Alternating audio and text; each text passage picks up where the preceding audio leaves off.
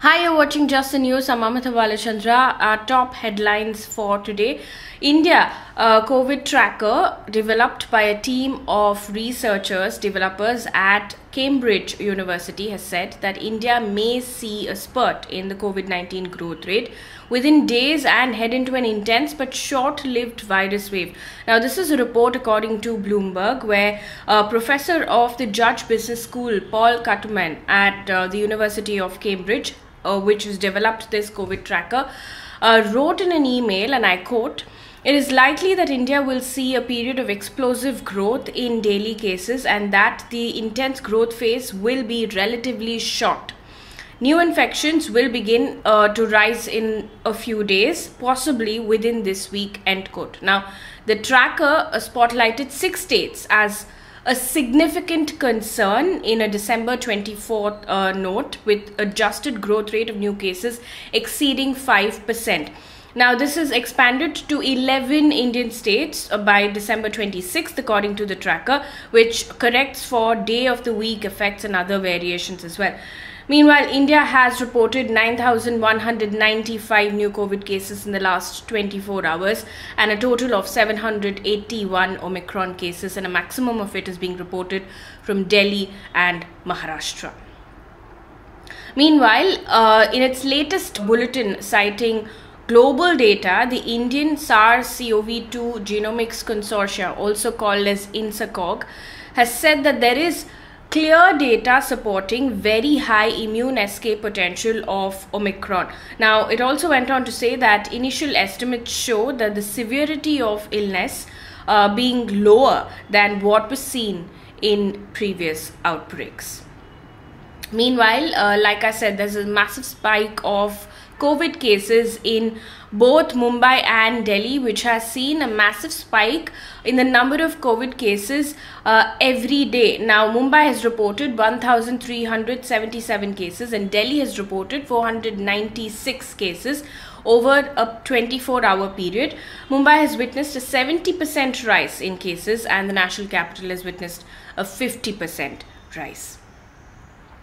Meanwhile, the centre on Tuesday informed that people above the age of 60 with comorbidities will not be required to upload or provide a medical certificate to get their booster shots. However, they will still have to consult with their doctor before taking the vaccine. It was earlier decided that 60 plus would require a doctor certificate for the same, but the centre has clarified that that is not required. Meanwhile, a number of states have further announced restrictions ahead of the New Year's Eve. States like Karnataka and Maharashtra have already announced. Goa, for instance, today has announced a few restrictions. Goa Chief Minister Pramod Sawant has said that the government will make it mandatory for people to be fully vaccinated or carry a COVID negative report to attend parties or even enter restaurants. Now, he said a detailed order will be put out as well. The Goa government, however, on Tuesday had decided not to impose night curfew in the coastal state for now, so that the tourism business is not affected. However, the Chief Minister also said that the government was monitoring the COVID-19 positivity rate and stringent decisions will be taken during the meeting of the task force, which is going to happen on the 3rd of January, whether the state needs further restrictions. Chennai has also come up with a number of restrictions. For instance, Chennai's beaches will be out of bounds. People will not be allowed to gather in Marina Beach, East Coast Road, Neelankarai and Elliott's Beach. Vehicles will not be allowed on Marina Beach, and New Year celebrations will not be allowed in a number of arterial roads as well. Resorts, farmhouses, clubs and convention centers cannot hold commercialized New Year celebrations. Chennai has also said that shows, dance performances, DJs and concerts are not allowed in hotels, entertainment venues, farmhouses and public places. Puducherry, for instance, has also come up with a number of restrictions. All roads towards east from Ambur Salai will be closed temporarily. Vehicles will not be allowed to enter the boulevard area from 2 p.m. on December 31st to 3 p.m. on the 1st of January in view of the New Year celebrations. Elderly people who want to visit churches near Beach Road will be provided with a special vehicle pass. Additionally, Beach Road will be barricaded and people would be allowed access only through 10 points after screening. Moving on now, according to ANI, the Drug Controller General of India gave a go-ahead to Biological E to conduct trials of its vaccine Corbevax as booster shots. Now, Bharat Biotech's Covaxin, for instance, will be administered as precaution doses or booster shots to frontline workers and senior citizens with comorbidities from the 10th of January. Corbevax is India's first indigenously developed protein vaccine.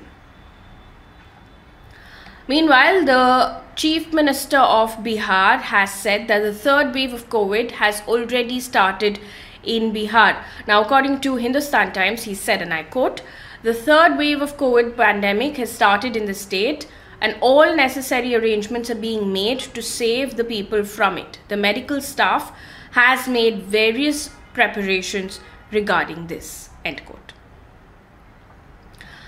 Let's now take a look at Omicron news from across the globe. Several European countries have reported record daily COVID cases as well.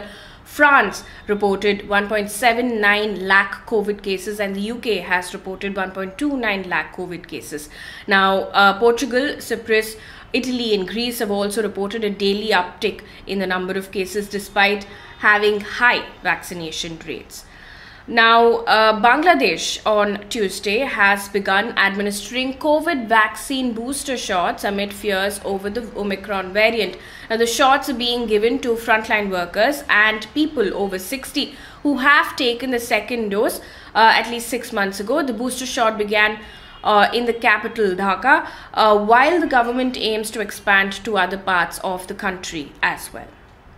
Away from COVID news, now a letter petition has been filed in the Supreme Court seeking suo motu cognizance of the protest that's going on by resident doctors in Delhi against delay in NEET PG counselling. Now, Advocate Vineet Jindal has filed the letter petition regarding the protest that's now being spearheaded by Federation of Resident Doctors Association of India. Now, the petitioner in its letter has urged the Supreme Court to advance the hearing on the matter pertaining to the economic reservation in the NEET PG course and initiate day-to-day hearings in the matter. Now, the hearing is going to take place on the 6th of January. Doctors have been protesting for over a month right now. The Federation of Residential Doctors Association has put out 3 demands to the centre in order to stop protesting. They've said that, and these are the 3 demands. Authorities should ensure that the dates for NEET PG counselling should be declared after the Supreme Court hearing on the 6th of January. They've also said apologies from authorities as the police allegedly manhandled doctors while protesting. The police, on the other hand, have said that did not happen. Withdrawal of FIRs registered against doctors, and this is something the doctors want as well. Meanwhile, Ram Manohar Lohia Hospital in Delhi has directed protesting resident doctors to resume their duties as the government has issued a yellow alert amid the rise in COVID cases in the city. On to business news right now. Jharkhand Chief Minister and JM leader Hemant Soren on Wednesday has said his government will give a concession of 25 rupees per litre in petrol prices to those riding two-wheelers from the 26th of January 2022. He said, and I quote, "The price of petrol and diesel is increasing continuously, due to which the poor and middle-class people are the most affected," end quote. On to sports news right now. Indian pacer Mohammed Shami took his 200th wicket in the Test cricket. Now, he achieved the feat on day 3 of the ongoing first test of the 3-match series against South Africa. One piece of good news before we wrap up this bulletin now. Telangana State Health Minister Harish Rao has said that the state has achieved the target of vaccinating 100% of its adult population with the first dose of the COVID vaccine. Now, he added that Telangana has become the first state to achieve this target among other larger states. That brings us to the end of this bulletin. Thank you so much for watching.